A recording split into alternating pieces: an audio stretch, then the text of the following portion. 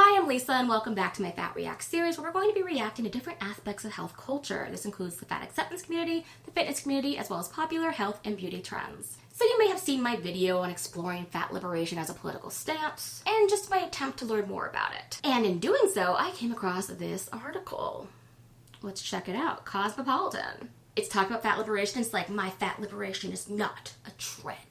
And we're not going to read through much of this article. I just want to get to one very specific point, but it's basically, as a plus-size influencer, I can see that we're backsliding into open hatred of fat bodies again, but I won't quiet down about what radical fat acceptance means to me. And she brings up a very particular TikTok that I think a lot of people saw last year, and it says, I felt betrayed and gutted as I watched a viral TikTok from a prominent plus-size influencer saying, I don't care how trendy or cute or fun it seems to be fat. It's not all it's cracked up to be. I actually feel kind of guilty for being a part of this movement. I was like, oh geez, yeah, that girl. I remember that video coming out and I really wanted to talk about it. I just wasn't in a position to do so. And I'm sure you've seen it before, but let's just check it out together. I'm gonna say something controversial and I don't care. I don't care how trendy or cute or fun it seems to be fat. Don't let that in your head. Don't let the idea that, oh, I could catch it no matter how big I am, cause you to forget about your health and to keep gaining weight. I actually feel kind of guilty for being a part of this movement, and I know it's not my fault or my responsibility to keep other people's health, but being a pioneer in this game, like I literally was one of the first influencers to work with Fashion Nova before they even had a plus size line. So when I say I'm a pioneer, I'm a pioneer. I'm one of the main reasons why we have the plus size fashion industry that we have, and you could argue with anybody, that's the truth. And my point is that I see a lot of fat girls who gain a lot of weight from being caught up in this movement and turning around 5, 6, 7 years later talking about, damn, I let my health go to shit. I got this problem now. I'm 400 pounds. I can't do this. I can't do that. Babe, it's not all it's cracked up to be. Being attractive, being able to still wear nice clothes is not the end all be all. You got to really think about your health. Because when you're in your 20s, you think that life is just rainbows and candy. You don't even think about the future. But when you start creeping up in age, babes, it's going to catch up to you. I don't care what nobody say.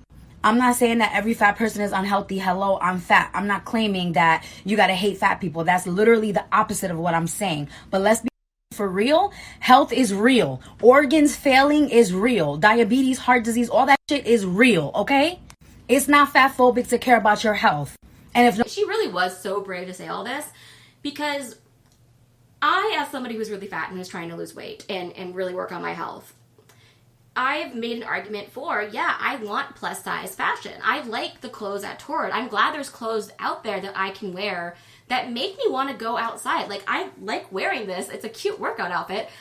I want to wear it and go outside and work out. Whereas before, I remember a time like when I was in my 20s and I didn't have as much access to plus size clothing. Yeah, Torrid existed, but it wasn't as everywhere as it is now. I had to wear really, big t-shirts and really big pants, and I just looked unfeminine and uncute. And it made me kind of shamed to go outside and want to, live my life. A lot of people were not very empathetic to that. They were kind of saying, well, it's your own fault for being fat. And I'm like, yes, to some extent, I was very ill. I had hormonal diseases and genetic disease I didn't know about that made me gain weight and made it harder to lose weight. And now that those are being treated, it's so much easier to lose weight. It's like a million times easier. But one of the things that I would say that we don't talk about is it's not like the barriers of fat liberation that they're talking about where people are actively discriminating against me. It's my own personal feelings of self-worth that would keep me from wanting to go out and live my life. And I know it sounds silly. I know it sounds stupid. Why should we even care? But honestly, having something cute and nice to wear, like, it improves my self-perception. It makes me feel more confident. I want to go out and live my life. And that living my life includes movement. It includes thinking about what I'm eating and what choices I'm making, and if I have something I want to do but I can't do it, okay, well, now I have a goal I want to set for my fitness so that maybe I can do it in the future. So yeah, all these things that she's talking about, they were very important. So her promoting those things is not promoting fatness, and she's talking about that right here where she's like, but just because we're making these things more accessible does not mean that you should not be concerned about your health, because like she said, diabetes, heart disease, all that stuff is real. So let's watch the rest of the video. Nobody else wants to say it. Let me tell you the truth. Love yourself at any size. Wear the clothes you want to wear, but don't forget that your heart has to beat, babes. Don't forget that your blood sugar has to keep a balance, babe. No amount of Instagram pictures looking cute and being an influencer wearing a size whatever you are is going to stop your heart from not beating if you eating bacon every day. And this is coming from someone who's learning those lessons now, myself. So to the younger girls, the younger generation, take care of your health. It's not fatphobic to take care of your health. It's not a joke. And I'm saying this out of love, not out of self-hate.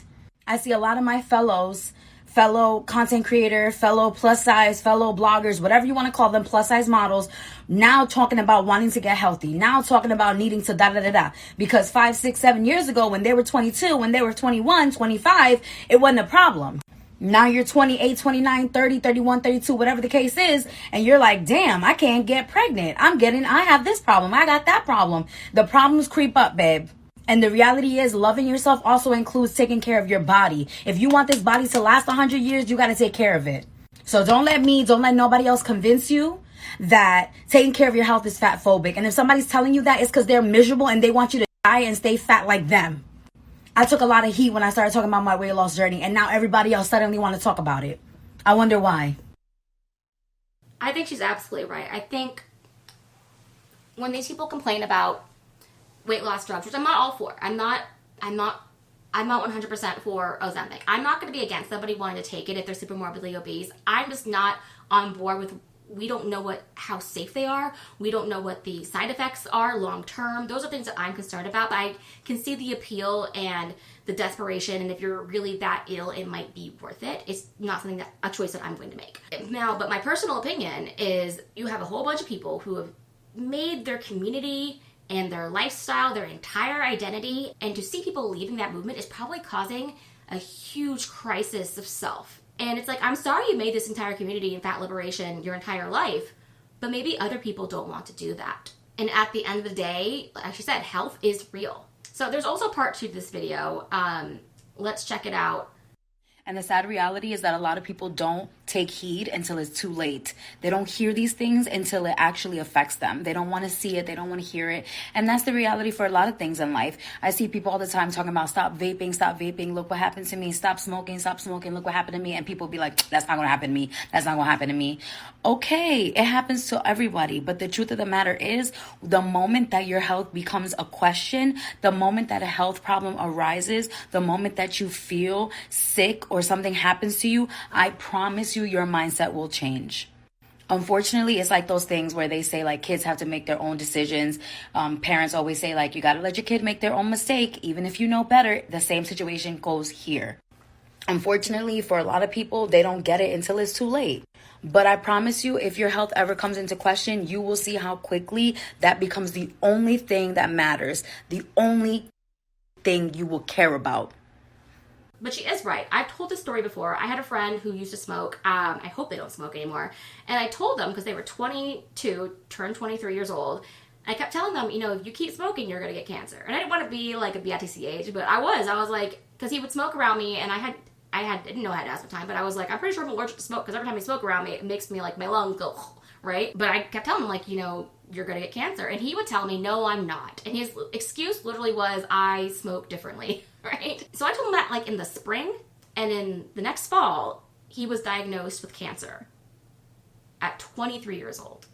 So you don't think it's going to happen to you, these health things, but they will. And you don't notice how like fat you are in your 20s, like I did, because I had genetic disease. I've always felt kind of crappy as a fat person. But a lot of people, they don't feel it as much until you hit your 30s, and man, your body starts breaking down. And I thought it was very interesting that she was referenced in that article and remembering that video, because I'm like, oh geez, well, how is she doing? How is she doing with her health? And so I went to her channel to kind of check and see where she's at. And let's take a look. If you're one of those people who wakes up every single day waiting for the divine motivation to work out or to stick to your goals, you wake up every day unmotivated, you're tired, you're like, how do these people stick to their goals? How do these people wake up and work out every day? I don't understand. I'm always tired, blah, blah, blah. Let me tell you right now, there is no such thing as motivation. That's a freaking lie from the diet industry. The truth of the matter is, it's all about discipline. Discipline is gonna be what gets you through, not motivation. Just like you wake up at 6 a.m. for work every day or school or whatever it is, whatever you wake up for every single day and you don't have a choice. Who wakes up like, oh, I can't wait to go to my corporate job today and be yelled at by my boss. Oh my God, I can't wait to go to school today and write a 10-page essay. Oh my God, it's so excited. No, but you get up and you do it. You have to go to work to pay your bills, right? You don't get to just decide you're tired and you don't want to go to work today. And why is that? It's because you have the discipline and you don't have a choice. You know you have to, right? Like you literally don't have a choice. And for me, this... Okay, so I'm not going to watch this entire video, but I just want to say that, like, she has a pretty good attitude going into this. Where she's like, yeah, working out is hard. Yeah, eating healthy is hard, but you gotta... I'm not like a one of those get the willpower your way through kind of person, because I do think there are a lot of challenges to being super morbidly obese where people just don't think about like the extreme hunger that you have, but there is a certain amount of discipline that you have to have with perhaps changing your diet so that you don't have that extreme hunger. Changing the way that you exercise so that you're doing that's something that's more friendly to your body. If all you can do is walk, then just walk, right? You don't have to do an extreme like fitness activity in order to lose weight. You could just do something simple like walking. And it's kind of like you can restructure your mind around the discipline to make it easier, but you do have to have the discipline to wake up each morning and decide, today I do have to exercise. And today I do have to eat healthy. Okay, I love this video because she's doing so many like strength building exercises, and I've talked about this many times. Building muscle is really good for your metabolism, for burning calories, for regulating your hormones. So always here for strength training and weightlifting. She's got the kettlebell, she's doing her triceps, she's doing her biceps, she's doing her shoulders, she's doing some stretches, she's making sure that she's working on her core. So yeah, she's doing a lot of great stuff. That's kind of very similar to what I do. I don't use a kettlebell, I use a dumbbell, but that is some stuff that you can do at home. And all these videos that I'm taking are videos that were recorded over like the last year and a half. And I've taken them from a few months apart, up until a few months ago. I just want to be candid and say that seeing plus size content creators working on their health and working out and showing their cute workout outfits is so encouraging. It's so inspiring. It makes me so happy. And I love seeing women of all sizes work on their health, their self-care. It is so encouraging. It's inspiring. It's something that for me personally, I need to see. And I just love it. It just makes me feel so empowered, because to me, that is true body love, body autonomy, and body positivity, is to see people taking care of their bodies, because then you're innately and naturally embodying body positivity and self-love. You're taking the time to think about those things and put that effort into yourself and show the world that you're valuable and you care about your body health in and out, no matter your size or anything like that. It's just so encouraging. It makes me so happy, and it's so helpful for my journey personally. I thought that video was interesting because it's exactly what I was saying earlier about, I really do appreciate having the cute outfits from Torrid. It really does inspire me and make me want to go and work out, because I can, I feel good about myself and I want to feel better about myself, right? And that's the self-love part about losing weight. And so, yeah, I do wonder, should I make workout videos? Should I put my channel? I don't know. I don't think I want to show my big butt on my channel. I thought that was interesting that she said that it helps when you see other people of bigger sizes losing weight. I did do a video on that about people who are obese losing weight on TikTok, and you can check it out. I have the video right there. And I also did find that very inspiring, because you're seeing like, hey, it can be done. And when you have the fat liberation people from previous videos that I've done say that you can't lose weight long term, and it's not sustainable, like, they're just putting you down, right? They're gaslighting you and trying to get you to stay into a community that you don't even really want to be a part of. And she's saying, hey, it's inspiring to see other people lose weight, because it gives her hope and it gives her motivation. Maybe it should be more people who are plus size putting workout videos on the internet, because if you make it the common thing or the acceptable thing, people are going to be more motivated to try and do it. Okay, we have one more video here, her losing weight. So here's a non-scale win that made me cry today. I have this blazer, it's a size 18, and every time I used to try it on, it was way too small, way too tight. I could barely get my arms in it. It was just way too tight everywhere. But I kept it because I was like, one day I'm gonna put it on and it's gonna feel so good to wear it, because I really love it. So today something just hit me and I was like, let me try this blazer on. Like, I haven't tried it on in so long, and I've gotten to the point now where I'm wearing a size 14, 16 in tops, and this is a size 18. So I put it on and it fit so seamlessly. Like, I can't even believe it's the same blazer. Like, look at all the space now. Before, I couldn't even do this. It was so tight before. Look at this. I can literally wrap it around myself. I'm really gonna cry. Like, I'm really gonna cry. It's just like remembering all the times I would put it on and I would like imagine myself being able to wear it.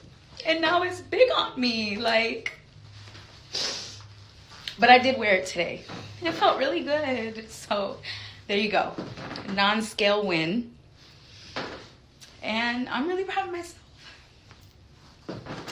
Yeah, so there you go. I'm really crying. That is really touching to see that she's made so much progress and how proud she is of herself, because so many people gave her so much crap over trying to lose weight and announcing that she was going on a fitness journey and trying to lose weight, and everybody's saying, well, you're not going to succeed at it and you're a bad person for trying to get other people to do the same. So to have that win is just fantastic. And we have this picture here. This is where she started, and so when she lost 60 pounds. But anyways, yeah, so it says here, point of view, you lost 60 pounds and put your health first, and now you're aging in reverse. And we have this next photo, and she does look noticeably thinner, right? You can tell that she's lost a lot of fat around her neck and her shoulders. She's still a big girl, but she's continuing her weight loss journey. And then we have this other comparison side-by-side photo, 2022 versus 2024, and you can see noticeable weight loss. You can see noticeable weight loss in her hips, in her waist, in her arms, in her shoulders. And, like, good for her. She's done it. She did what everybody said that she wasn't going to be able to do. You know, everybody told her that she was a bad person for trying to lose weight and encouraging others to do so, but she's doing the thing, right? So I hope she posts more updates in the future about how her health journey is going. I know as a really big person, your health and your weight can go up and down on your way down. But yeah, good for her. I hope I'm like her one day, right? The fact that she's not fitting into size 14s and 16s, you know, really good for her. She must be like really short because of her body type, but you know, she looks really cute. You know, I'm happy for her. I hope she succeeds. Anyways, yeah, that was our revisiting of Gabriella Lascano. What do you guys think? Because like it's kind of a win, right? This said that, you know, we couldn't do it, but we're doing it. Anyways, you guys have a great evening. Like, subscribe. I'll talk to you later. Bye.